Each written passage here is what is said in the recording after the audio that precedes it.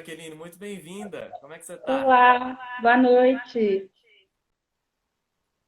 Tudo bem? Tudo bem?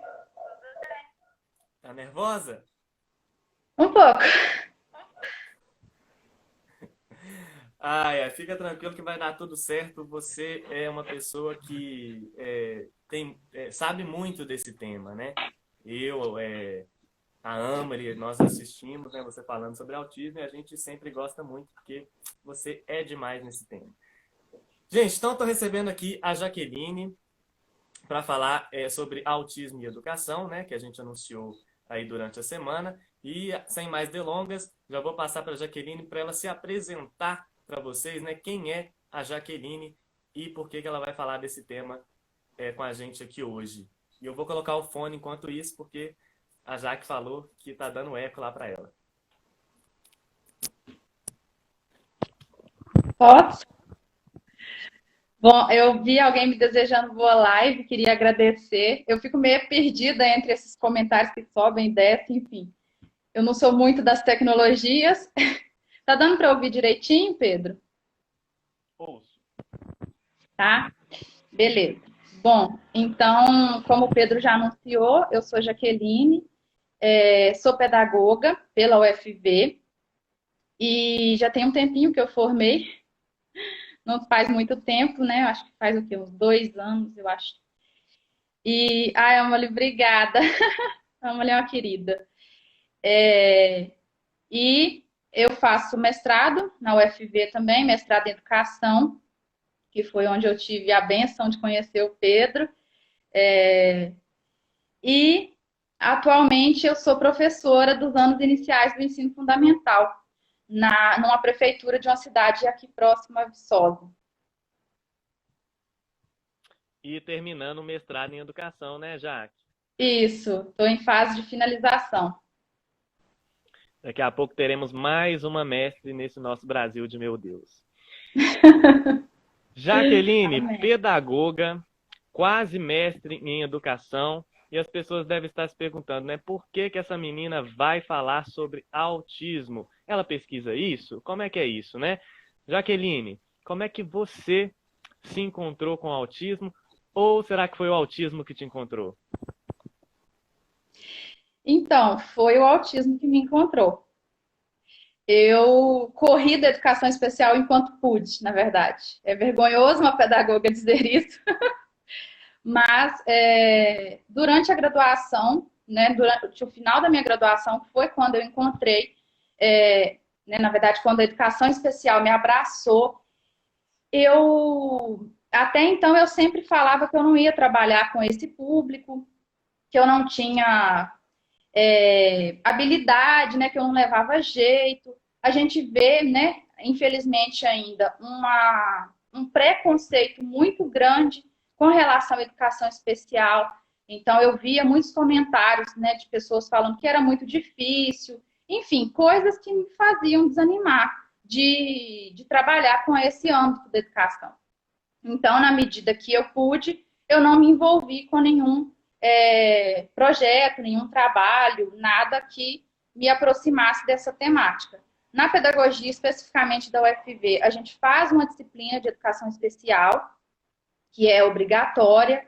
Essa disciplina depois tem o estágio, né, da educação especial, pelo menos na minha grade curricular tinha. E aí eu fiz esse estágio, mas na época eu fiz com crianças que tinham dificuldade de aprendizagem. Então eu tive contato, obviamente, né, na disciplina obrigatória, a gente viu, estudou um pouco sobre o autismo, mas era uma disciplina que tentava abranger todas as necessidades especiais, então não tem condição de aprofundar, né? E o estágio também foi uma experiência muito rica. Eu falava muito isso na época que eu estudava, que foi o estágio que eu mais aprendi. Foi desafiador, como a Ama ali comentou, sofrido, mas assim, para mim foi uma experiência muito válida. Mas até então, né, eu não cruzei com autismo. E aí, no final da minha graduação, quando eu terminei um projeto de iniciação científica, eu já estava em vias de me formar. Eu previa formar, né? Depois a vida me colocou mais uns anos de curso. Eu não formei no tempo normal do curso, que é 4 anos. E aí, então, eu estava, né, terminando a iniciação, precisava arrumar um novo trabalho, porque como teoricamente eu estava em vias de finalizar o curso, eu não poderia concorrer novamente a bolsas de iniciação, e era meio do ano. Então, uma época muito ruim de contratação, né? As escolas privadas não estavam contratando, no estado também não estava tendo designação. Enfim, estava um cenário não muito favorável. E aí, na época, eu tinha uma colega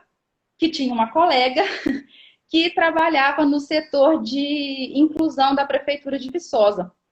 E essa menina estava saindo, e aí ela comentou com essa amiga minha desse projeto que a Prefeitura mantinha, né? Que era um projeto que basicamente contratava pessoas, estudantes de alguns cursos, para poder fazer o acompanhamento pedagógico das crianças com necessidade especial na rede pública municipal, né? E aí essa minha amiga comentou comigo desse processo, e então eu falei, cara, é a oportunidade que eu tenho de conseguir alguma coisa. Eu precisava trabalhar, né? E aí fui lá, eu, para fazer o processo seletivo, não tinha noção nenhuma o que era, né, o trabalho. Aí fiz o processo seletivo, não era nada muito difícil, então eu fui chamada muito rápido, creio que pela minha formação, né, porque na época eu concorri com pessoas da psicologia, da enfermagem, e por ser da pedagogia específica, eu fui chamada muito rápido. E aí, eu lembro que quando eu fui entregar minha documentação, as pessoas que na época trabalhavam na Secretaria de Educação, que não são, né, nenhuma das pessoas que estão lá hoje, atualmente, já trocou a gestão, então não são as mesmas pessoas, elas comentavam comigo assim, nossa, mas você é pequenininha, né? Você é tão novinha, você é tão pequenininha, você tem certeza que você quer mesmo estagiar nessa área? Porque, olha, a vaga que a gente tem para você é a vaga para acompanhar um autista. E ele é muito maior que você. Ele é um autista moderado, ele é um autista agressivo. Enfim, eu fui ouvindo uma série de aspectos que me fizeram ter mais medo ainda da educação especial. Mas eu precisava trabalhar, então eu falei, não, eu já vim até aqui, não vai ser aqui que eu vou desistir. Vamos embora, vamos encarar esse desafio. E aí, então, foi que o autismo me abraçou, sabe? Então, eu conheci o autismo através do programa de inclusão da Prefeitura Municipal de Viçosa. E aí eu trabalhei 2 anos fazendo acompanhamento pedagógico desse menino. Era um menino que na época ele estava no 6º ano do ensino fundamental, e o autismo dele era o de nível 2, né, que é um autismo moderado. E aí foi o seu contato, foi nessa experiência aí de estágio, né? Na prefeitura. Foi. Era um estágio não obrigatório, né? Uhum.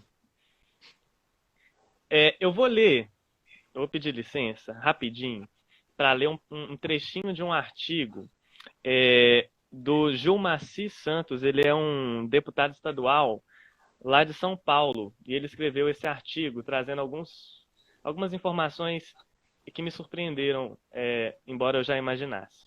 E aí eu vou passar para a Jaque, porque aí ela vai né, começar a falar da experiência dela. No ano passado, o presidente Jair Bolsonaro, ele aprovou a Lei 13.861, que obriga a inclusão nos censos demográficos de informações sobre pessoas com autismo. O motivo é que não existe dados oficiais sobre pessoas autistas no Brasil. Então, segundo a Organização Mundial da Saúde, a OMS, estima-se que em todo o mundo, uma a cada 160 crianças é autista, né? No Brasil, os dados ainda são muito limitados, mas informações do censo escolar mostram que o número de alunos com autismo que estão matriculados em classes comuns, né, regulares, aumentou 37,27% entre 2017 e 2018. Então, assim, impressiona a gente não ter dados sobre isso, né? E aí, Jaqueline, para a gente começar a nossa conversa de fato, eu queria te perguntar uma pergunta bem simples, ou não, né? O que é autismo? Tá. Eu vou tentar responder de uma forma simples, né? Embora falar de autismo falar de uma temática muito complexa, né? Um assunto muito complexo, que pode ser abordado de diferentes formas, né? Então, aqui eu estou falando do lugar de uma pedagoga, né? E a partir das experiências que eu tive com as crianças com as quais eu trabalhei, né? Nesse período de quando eu comecei esse estágio não obrigatório até antes de começar, pouco antes de começar a minha pesquisa no mestrado, que foi quando eu parei de fazer os atendimentos. De forma muito simplificada, Pedro, para a gente entender, né, de uma forma mais simples, o autismo ele é caracterizado como um transtorno do neurodesenvolvimento. Né? O que significa isso? É uma disfunção geral do desenvolvimento que acomete algumas áreas do cérebro. E essas áreas do cérebro, elas são responsáveis pela linguagem, pela comunicação e pela aprendizagem. Então, com frequência, a gente vai ver que crianças com autismo têm dificuldade em interação social, têm dificuldade no desenvolvimento da fala, no uso da linguagem, né? Tanto que muitos autistas são não verbais, são crianças que não desenvolvem no tempo esperado, né? No tempo, digamos assim, típico de desenvolvimento da criança, a fala. E são crianças que vão ter diferentes déficits também associados. Então, tem crianças que, junto com o autismo, têm deficiência intelectual, tem crianças que têm retardo mental, que é também uma característica muito comum e que acomete crianças com autismo e adultos também, né? Eu falo muito de crianças pela minha posição de pedagoga, mas aqui também a gente pode estender para adolescentes e para adultos, tá? Uma vez que, sendo um transtorno, né, do neurodesenvolvimento, é algo que acontece no cérebro do indivíduo enquanto o feto está sendo formado. Tá? De forma muito simplificada, é assim que eu defino o autismo. Joia. No início da sua fala, você falou de níveis de autismo. Então, como é que é isso? Tem tipos, tem níveis? Como que funciona? Tem níveis. Esses níveis, atualmente, eles são baseados no DSM-5, que é o Manual de Diagnóstico de Transtornos Mentais. O 5, que foi uma versão, se eu não me engano, atualizada em 2015. Eu não tenho certeza se foi em 2015, tá, gente? Me perdoem. Eu estou um pouco enferrujada nesse assunto de autismo, já tem bastante tempo que eu não, né, enfim, não estudo, né, não retomo, porque no mestrado não é minha prática de pesquisa, né? Uma vez que no caso da educação a gente ainda não tem essa linha de pesquisa tão definida. Então, né, no mestrado eu estudo outra temática, eu estou um pouco enferrujada nessas questões de autismo, mas eu acho que é de 2015 essa atualização. E aí, então, seguindo essa classificação do manual, o autismo ele é dividido, né? Vamos pensar assim, em 3 níveis.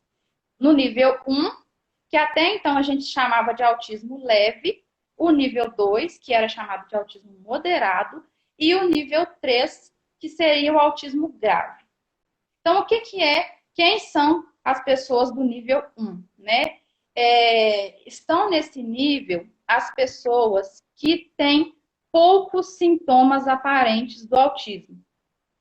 Então, são aquelas pessoas que têm, como que eu vou dizer, uma vida social ativa, são crianças que não têm muitas dificuldades de convívio, não têm tantas dificuldades de relacionamentos, de aprendizagem. Então, com frequência, elas precisam de menos intervenção e de menos apoio para poder realizar suas atividades de vida diárias, né? Então, são aquelas crianças que às vezes as pessoas falam assim, nossa, mas não tem cara que tem autismo. sabe? Embora eu ache isso muito engraçado, porque o autismo não tem cara, né? Cara, Mas é uma expressão muito comum que a gente ouve, principalmente com crianças que estão no nível 1, que é esse nível mais leve, né? Comumente você vai encontrar crianças que têm o diagnóstico, mas que fisicamente não aparentam sinais, sintomas de ter o autismo, né? Por isso que as pessoas falam que não tem cara de autismo. E aí, então, o nível 2, é aquela criança que precisa de um pouquinho mais de apoio, precisa de um pouco mais de intervenção, tá? São crianças que aqui você já começa a perceber, né, sinais, sintomas no modo da criança se relacionar, no modo como ela se organiza, enfim. E são crianças que vão ter, aqui no nível 2, a gente já começa a ver de forma mais significativa a presença de outros acometimentos. Lembra que eu comentei do retardo mental, da deficiência intelectual, e podem também ter outras síndromes associadas, tá? Tem criança que tem dificuldade na aquisição da fala, né? Então tem Lalia, tem criança que tem síndrome de Rett, enfim, uma série de complicações. Então são crianças que vão precisar de mais apoio.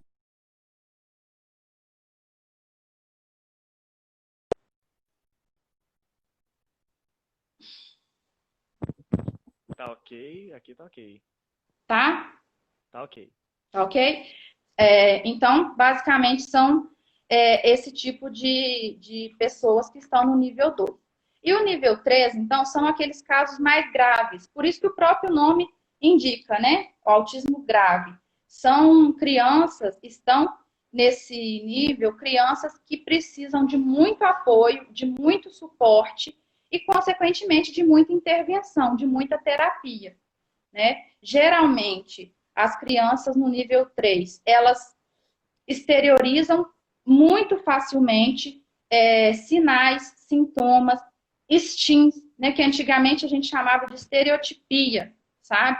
Sabe quando a criança fica, ela faz esse movimento, às vezes tem uns que fazem esse movimento de ficar jogando o tronco, outros espalmam, sabe? Eles ficam, tem uns que fazem muito esse movimento, ou tem aquele movimento de flapping, que eles batem as mãozinhas do lado, e também as estereotipias, né, faciais. E nesse nível, a pessoa tem déficits intensos na linguagem, na aprendizagem e na comunicação, na interação social, além de muitos comportamentos restritivos e repetitivos, né, que são as estereotipias, as ecolalias, que é quando a criança repete as falas. Então, tem criança que repete, às vezes, vamos supor, a criança gosta do Bob Esponja, e aí ela vê, né, ela tá lá assistindo o Bob Esponja, e aí o Bob Esponja canta uma musiquinha. Ela fica repetindo aquela fala várias vezes, várias vezes, várias vezes. Às vezes eles repetem falas nossas, né, do cuidador ou da família. Isso a gente chama de ecolalia.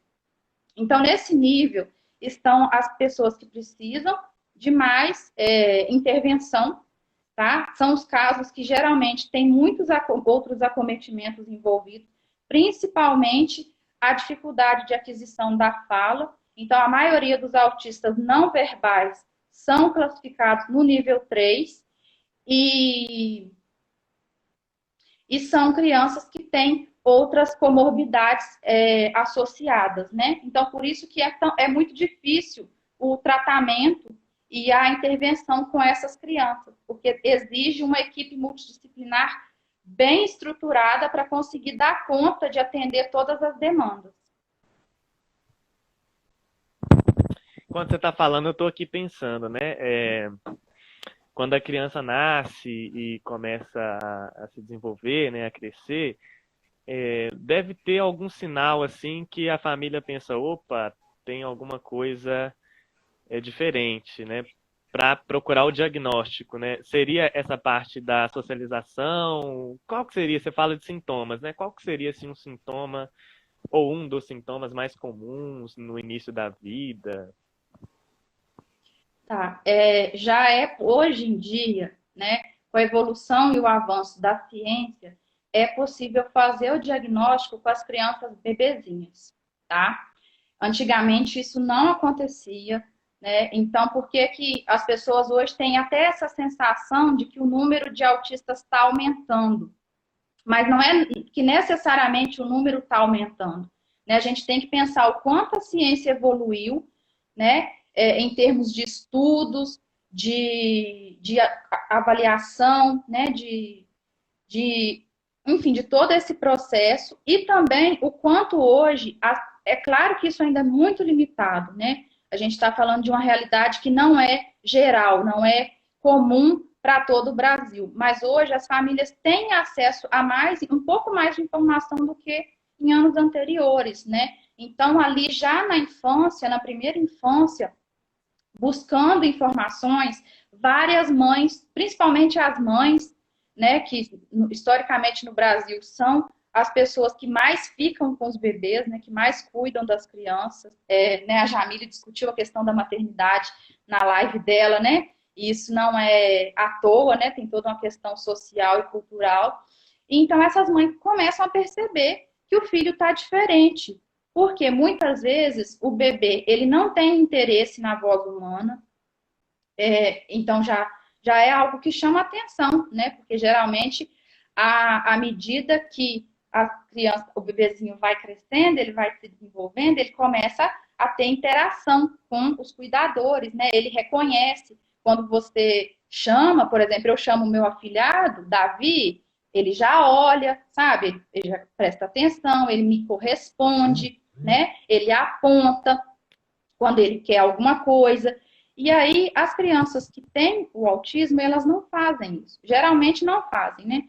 Falar de autismo é muito complexo, porque cada autista é um autista. Então, isso não significa que é comum a todos eles, tá? Mas em alguns casos, os bebês, eles não têm interesse na fala humana, eles não demonstram, né, carinho, não demonstram relação, eles não olham nos olhos. Então, na amamentação, por exemplo, que é geralmente um momento, né, que a mãe tem uma relação muito forte com o bebê, no caso de bebês autistas, isso não acontece, né? Você não tem esse olhar direto, sabe? Eles têm, geralmente, uma tendência a evitar o rosto humano.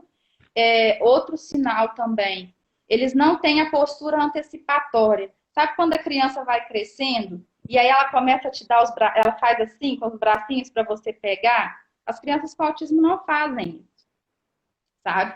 É como se elas tivessem assim, a parte de tudo que está acontecendo em volta dela. Sabe? Esses são alguns sinais, né, que eu já vi em estudos que eu li e tal. É claro que tem muitos outros, né? Como eu sempre comento, cada autista é um autista. Há crianças que se desenvolvem até um certo período, por exemplo, até 2, 3 anos, e depois regridem. Então, essas crianças perdem a fala, são crianças que falam até um certo período e depois param de falar. E aí também começam a aparecer as questões da ecolalia, quando a criança é verbal, as questões das estereotipias, né, que são aqueles movimentos repetitivos, os interesses restritos. Então, por exemplo, às vezes a criança só gosta de carrinho, sabe? Só quer brincar de carrinho. E aí, às vezes, eles pegam o carrinho e fica só girando a rodinha do carrinho. Só girando a rodinha, girando a rodinha. Outros têm o hábito de enfileirar os brinquedinhos e fazer um atrás do outro, fazer sequência, ou constrói pilhas, empilhamento. E assim, a criança tende também a não compartilhar, a ter dificuldade de compartilhar. Ela não, com frequência, ela não gosta de brincar com outras crianças. Geralmente, ela prefere brincar sozinha, ela prefere ficar sozinha. E aí também, um sinal é a questão dos atrasos no desenvolvimento físico e social e da própria linguagem, né? Porque é esperado dos bebês, né, com 1 ano, que ele aponte, que ele gesticule, que ele interaja, que ele compartilhe a atenção, né, tenha a atenção compartilhada, então ele olha para a bola e olha para o cuidador, por exemplo, né, no caso pode ser eu. As crianças com autismo, elas têm dificuldade para ter essa atenção compartilhada, tá? E principalmente a ter interação com as pessoas, com os cuidadores, no caso, né, que são quem mais ficam com os bebezinhos. A Cris de Campos, que é minha prima, né? Ela está muito interessada nessa live. Ela tem um filho autista de 3 anos, né, Cris? E ela que comentou sobre essa questão do diagnóstico, já quando a criança nasce. Ela disse que é possível, mas ainda muito difícil, né? Porque os pediatras, de uma forma geral, eles demoram a encaminhar, né? É comum eles dizerem, por exemplo, que a questão da demora da fala é apenas uma questão de tempo e acham que né, não tem necessidade de olhar, enfim. A Elis também, ela já fez uma pergunta. Eu não sei se eu vou deixar para depois, porque eu e a Jaque, nós combinamos, né, de falar sobre os mitos e sobre verdades, né, relacionadas a esse tema de autismo.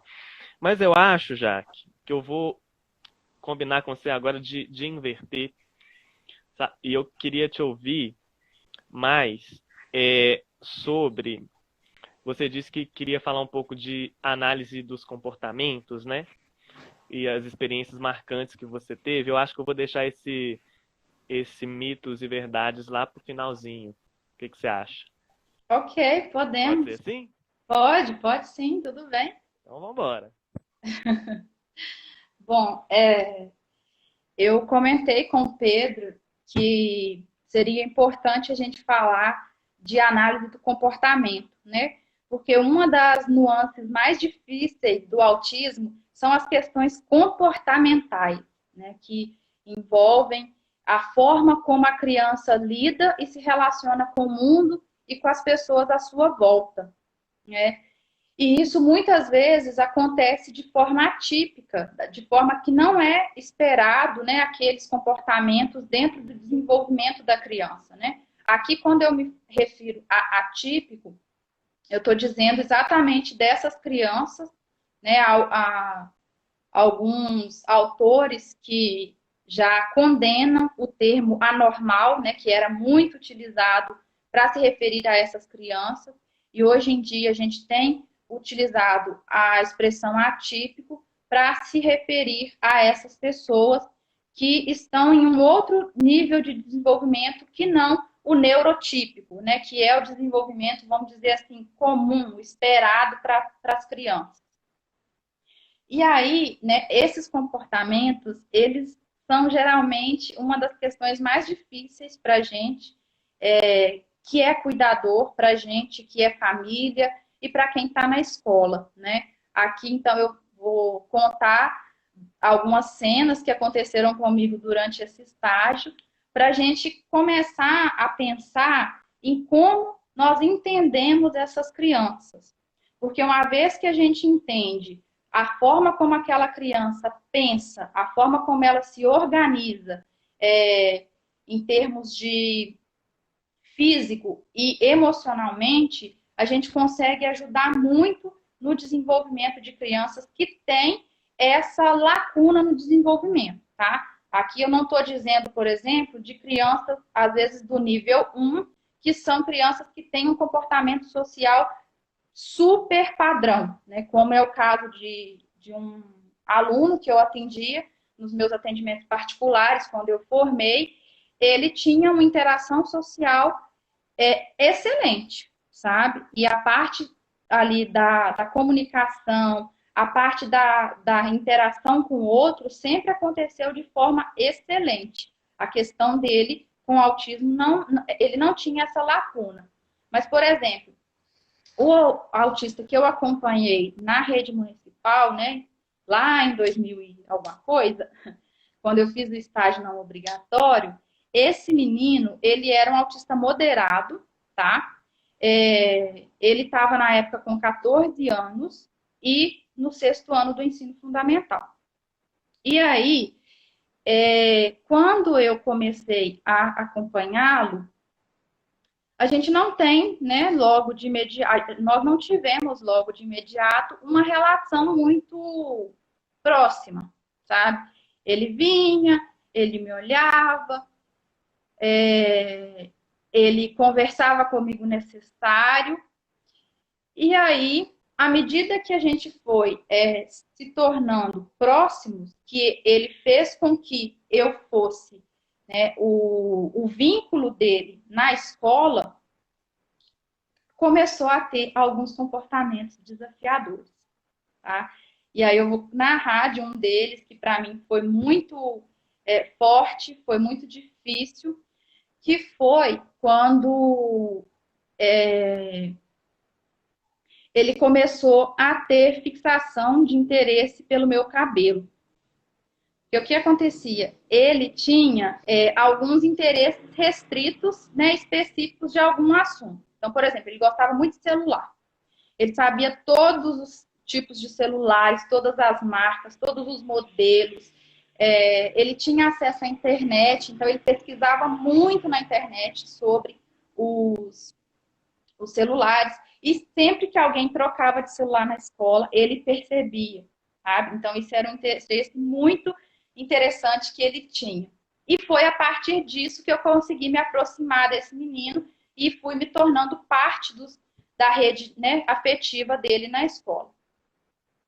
E aí, quando isso foi acontecendo, consequentemente, ele começou a ficar mais próximo de mim, e aí ele reativou uma fixação antiga que já tinha sido extinguida do comportamento dessa criança no tratamento que ele fez com a psicóloga quando ele era bem novinho, e ele voltou a ter quando eu comecei a trabalhar com ele. Na época, eu tinha um cabelo muito maior, eu tinha muito mais cabelo.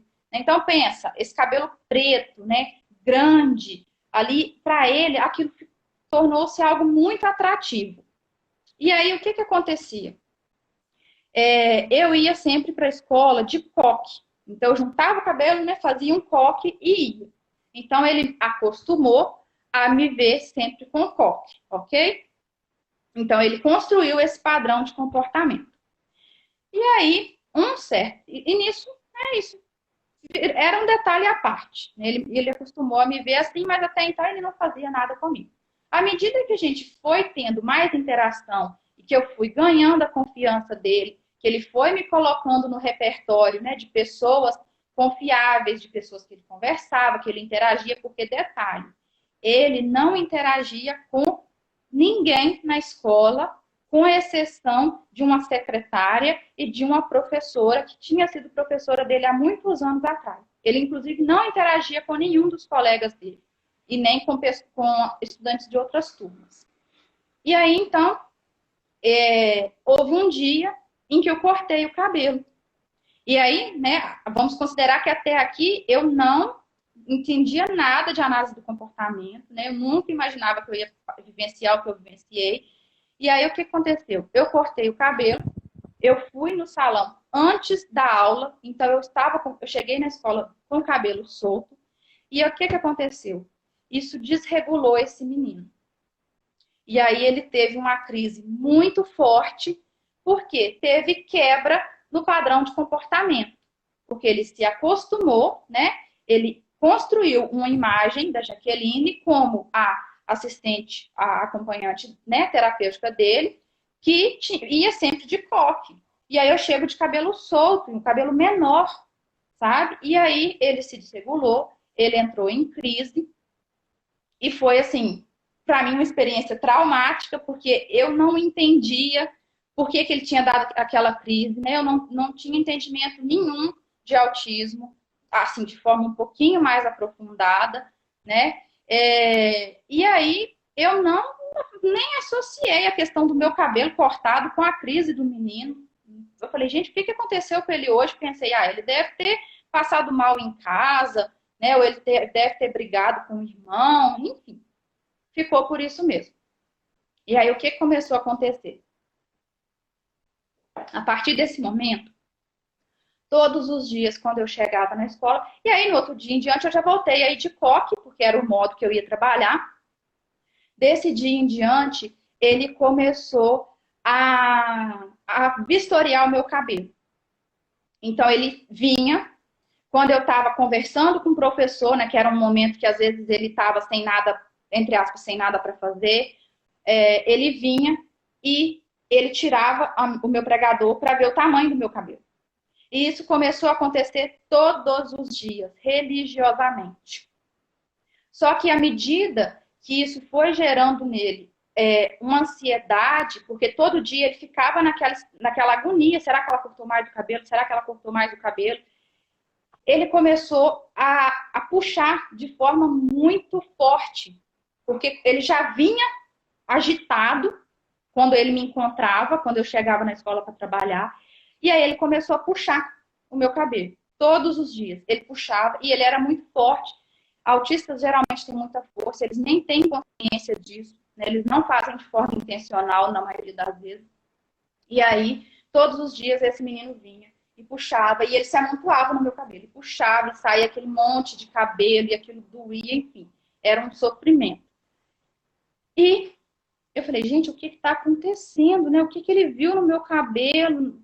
Eu não tinha pintado o cabelo, eu não tinha feito nada. Até que me acendeu uma luzinha. Eu falei, será que é porque eu cortei o cabelo? E aí, então, eu comecei a observar os comportamentos desse menino, né? E aí eu entendi toda a questão da quebra, né? Do padrão de comportamento que ele criou de mim, que era uma pessoa de cabelo sempre de coque. Então, aí, enfim, foi um trabalho para a gente levou para a terapeuta dele, levou para o psiquiatra, levou para a PAI, que era onde ele fazia os tratamentos dele. Enfim, a professora que já tinha sido professora dele veio também conversar comigo. A gente foi pensando estratégia para, com treino de aproximações sucessivas, fazer com que esse menino se acostumasse que eu poderia mudar o cabelo. E nisso foi 1 ano. Aí, um tempo depois, Pedro, o que aconteceu? Nos recreios, todos os dias, a gente ficava, os estagiários olhavam o horário de recreio. E eu ficava na escada que dava acesso ao 2º andar. E aí, ele ficava sempre comigo. Ele não conversava comigo, o comportamento dele era sempre o mesmo. Descia, que a gente estudava no 2º andar, ele descia, lanchava andando por toda a escola, ele não falava com ninguém, ele não interagia com ninguém, mas ele vistoriava toda a escola para ver se tudo estava no seu devido lugar. Quando ele terminava, ele voltava e ficava do meu ladinho. E nós dois ficávamos ali na escada.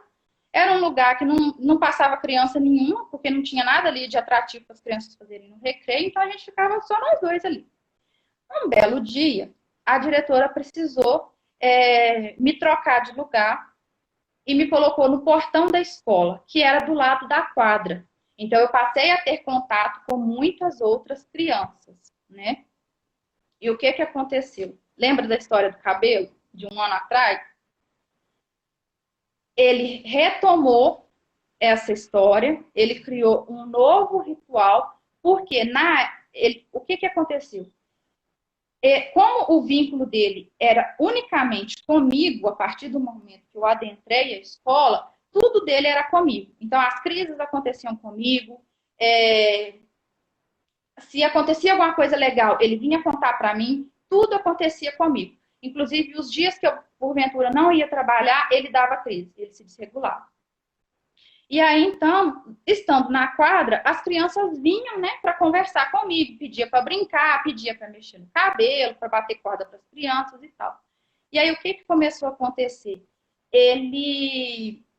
Quando ele via alguma criança conversando comigo, ele vinha e fazia o quê? Puxava o cabelo. E aí voltou tudo de novo a questão do cabelo. Todos os dias ele era assim. Chegava uma criança, ele podia estar onde tivesse, que ele vinha e imediatamente puxava o meu cabelo. E aí, então, foi que eu comecei a entender sobre a análise do comportamento, né? Porque eu observei qual que era o comportamento. Puxar o meu cabelo, né? Qual que era o antecedente, né? Por que ele puxava o meu cabelo?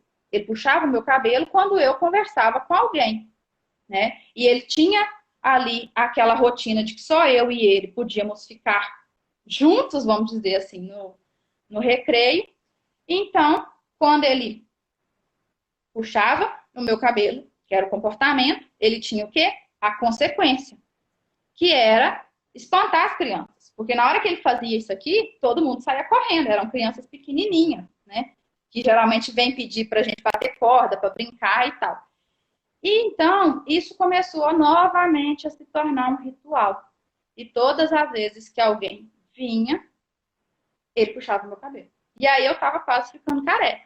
Foi então que eu tive a maturidade de começar a pensar, bom, se eu não criar estratégias de, de sobrevivência quase, esse menino vai acabar me machucando.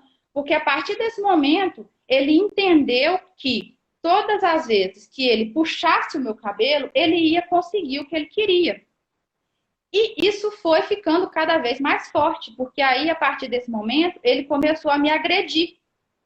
Porque quando acontecia alguma coisa que o desregulava, ele vinha para cima de mim, ele me jogava na parede. Teve um dia que ele quase me jogou pela escada abaixo. Ele deu uma crise tão forte, mas tão forte, que ele quase me jogou pela escada abaixo. E aí, então, foi que eu falei, bom, ele puxou meu cabelo porque eu conversei com a criança. Então, eu comecei a fazer essa análise do comportamento dele. E foi desse dia em diante que tudo melhorou. Por quê? Sabe aquela história de enquanto você está indo com milho, eu já estou voltando com o bolo pronto? Eu comecei a me antecipar. E aí, no momento que eu comecei a me antecipar, que eu comecei a entender os comportamentos dele, entender que sinais o corpo dele dava quando ele estava prestes a entrar numa crise, nós criamos todo um processo de readaptação e para poder intervir nesse comportamento dele. E aí foi mais um ano para ele, enfim, conseguir aceitar que outras crianças conversassem comigo no recreio. Então, por que hoje eu gosto muito de dar esse exemplo, né? E falar da questão da análise do comportamento? Porque é importantíssimo a gente entender o que está gerando, né, aquele comportamento da criança. Porque, geralmente, quando a criança tem algum comportamento que vai suceder uma crise, o corpo dela dá sinais, sabe? Aconteceu alguma coisa. Então, a partir do momento que você faz esse cruzamento de comportamento, antecedente e consequência, você consegue trabalhar melhor com as crianças que têm essas dificuldades, né? Que não é, obviamente, o caso de todos os autistas.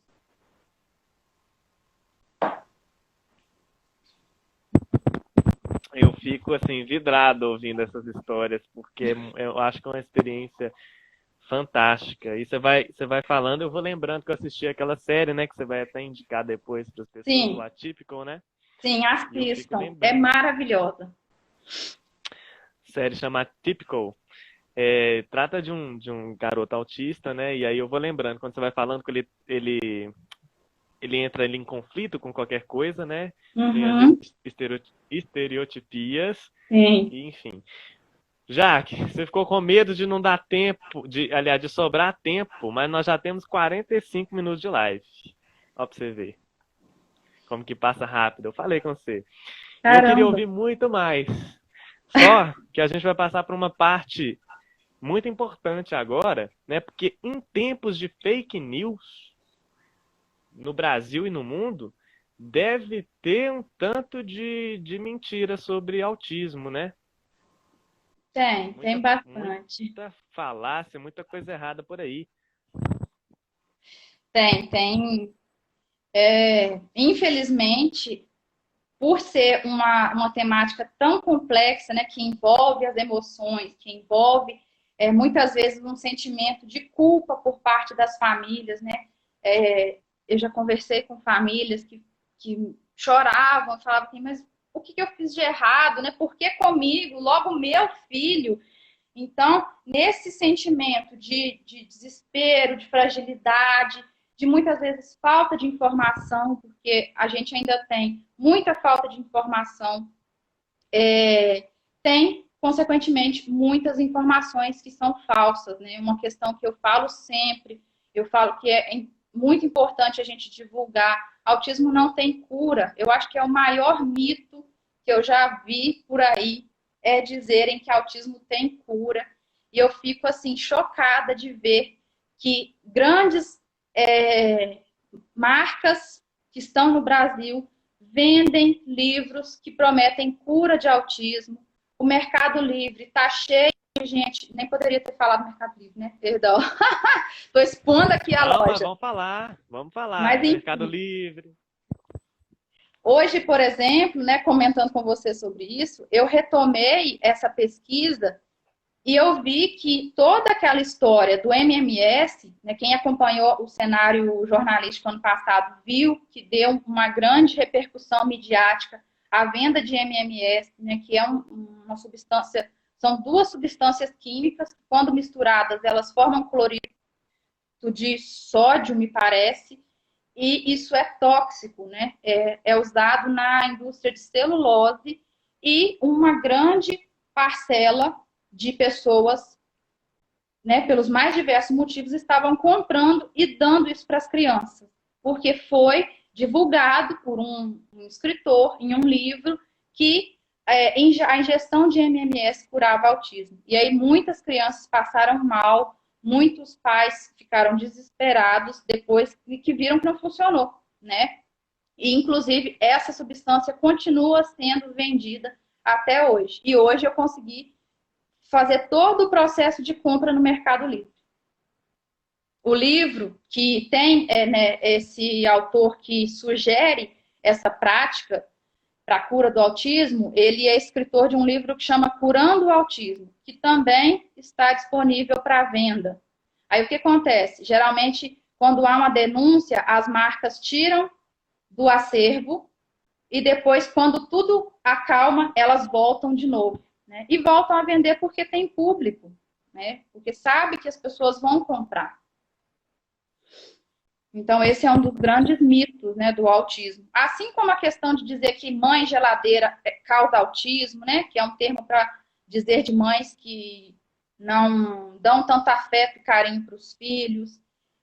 Outro mito também que é muito comum, que eu já vi a área médica se apropriando disso de forma, né, inadequada, que é vender a promessa de que dá para diagnosticar autismo com exames. A gente ainda não tem esse avanço na ciência.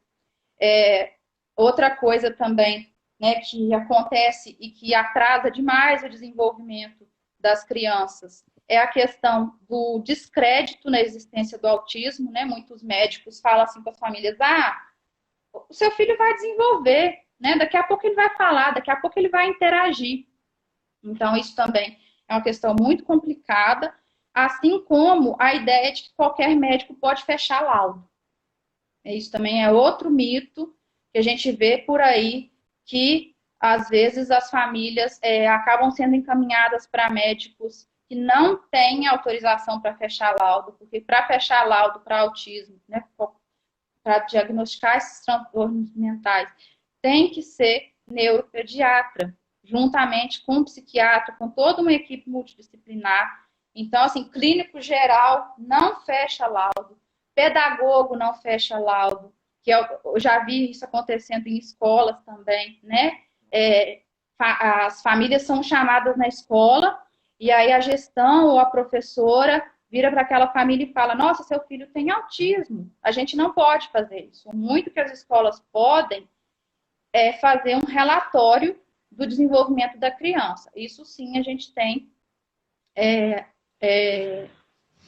competência, né, vou dizer assim, para fazer, né? A gente tem essa liberdade, mas fechar laudo jamais, de forma alguma. A Ama lhe perguntou: psicopedagogo? Também não. Psicopedagogo, até onde eu sei, não fecha laudo. Assim, gente, o que acontece, né, na prática é que muitas pessoas, lá na minha cidade mesmo, tem um médico que fecha laudo. Ele é clínico geral. E se você for lá e ele achar que seu filho é autista, ele vai te dar um diagnóstico, entendeu? Mas, né, teoricamente, dentro da questão legislativa, tem que ser feito todo um estudo comportamental que é desenvolvido pelo neuropediatra. É complicado demais. A gente já está chegando no finalzinho da live, vocês já podem ir deixando perguntas para a Jaqueline. Mas eu queria. A Elis perguntou, Jaqueline, se é Hum, verdade que o consumo de agrotóxicos, né, é uma das causas para que crianças nasçam com autismo. tá. Olha, o que acontece? As causas, né, do autismo ainda é uma incógnita para a ciência, né? A maioria dos estudos afirmam que as causas são genéticas, mas tem estudos também que dizem que alguns fatores externos podem contribuir para esse processo. Tá? E dentre eles, eu já li alguns estudos que sim, que afirmam que o uso de agrotóxicos, de drogas, de cigarro, contribuem para corroboram para essa questão. Mas isso não é um consenso dentro da área médica, dentro da área clínica. Há, né, estudos que dizem que sim, há estudos que dizem que a causa é totalmente genética, né, são alterações nos genes. Então, assim, eu também não consigo afirmar com propriedade, porque é um embate ainda na ciência. Jaqueline, você me disse para eu não esquecer de te lembrar, ó, não esquecer de te lembrar, de dizer. Você já até disse essa frase, mas eu queria que você comentasse ela melhor. Cada autista é um autista. Por que você diz isso? Então, porque assim, quando a gente fala de autismo, né, às vezes, quando eu narro a minha experiência, podem ter pais, mães, né, professores que conheçam crianças que têm outras características, que têm outras experiências, e o que às vezes funciona para um, não funciona para outro, né? Por exemplo, eu trabalhei com esse menino que tinha uma lacuna muito grande nas questões comportamentais. Um tempo depois, aí eu me formei, né? Tive que encerrar o meu processo de estágio na prefeitura por causa da formatura. E aí eu comecei a fazer atendimentos particulares, antes de me dedicar à pesquisa no mestrado. E aí, a criança que eu atendia, ela era totalmente diferente. Então, aquelas estratégias que eu usei com o autista 1, eu não conseguia usar com esse. E agora que eu estou na escola novamente, na minha sala tem 2 autistas. E assim, parece que eu estou voltando à estaca zero, sabe? A gente teve muito pouco contato com eles, né, por causa da quarentena. Mas assim, a sensação que às vezes eu tenho é que eu desconheço o autismo, porque são crianças com perfis completamente diferentes de tudo que eu já trabalhei até hoje, né? Então, por isso que é tão importante a gente entender que cada autista é um autista, porque você precisa olhar para aquela criança na sua especificidade, entender o comportamento, o desenvolvimento da linguagem, da aprendizagem, a questão intelectual, social daquela criança, sabe? Então, às vezes, a estratégia que você usa para um não vai funcionar para outro. A Cris ia falar isso agora, Cris.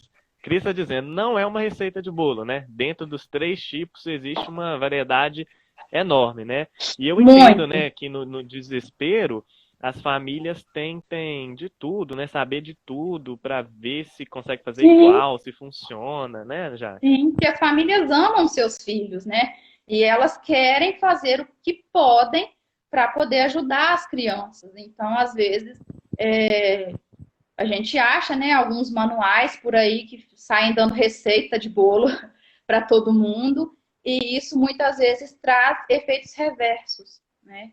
Então, mas não é por mal, as famílias não fazem por mal, as famílias amam seus filhos e querem o melhor para eles, né? Só que nem sempre elas têm acesso a informações de qualidade. A Elis perguntou como é que aquele seu aluno, né, que do caso do cabelo, como é que ele reagiu à sua saída, né, quando você parou de acompanhá-lo?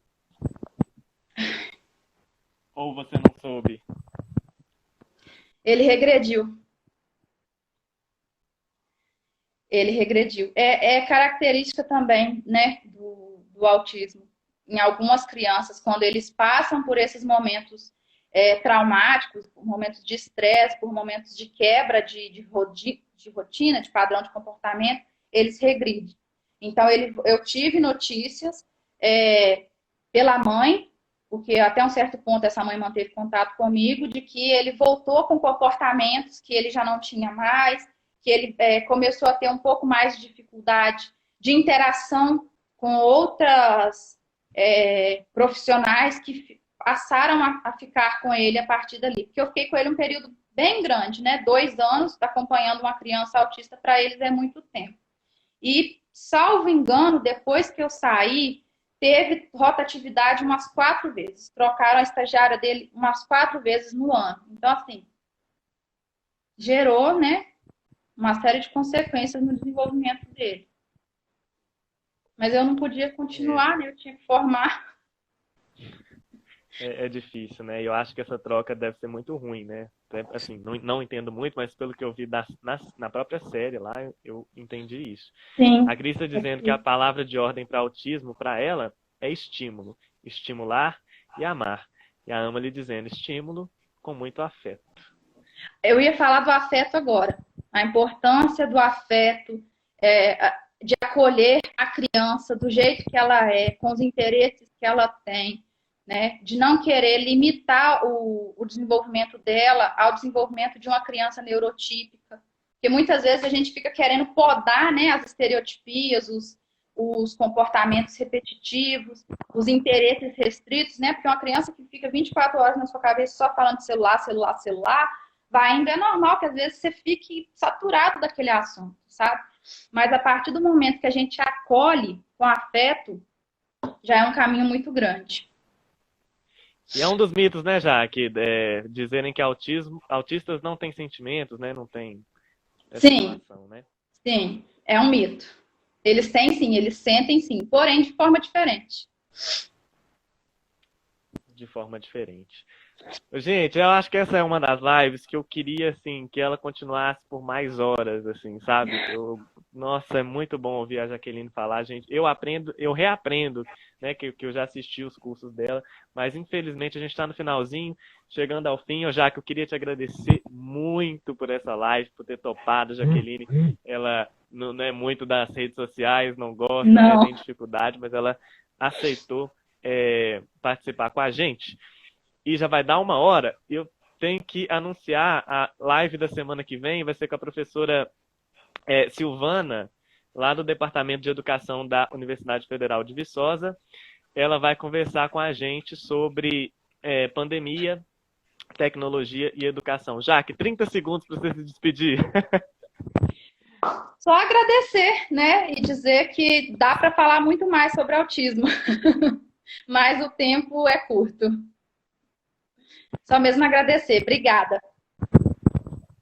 Então é isso, gente. Semana que vem é a Amalie quem vai conduzir, com a Silvana, uma ótima live também que a gente vai ter. Um beijo e tchau, tchau!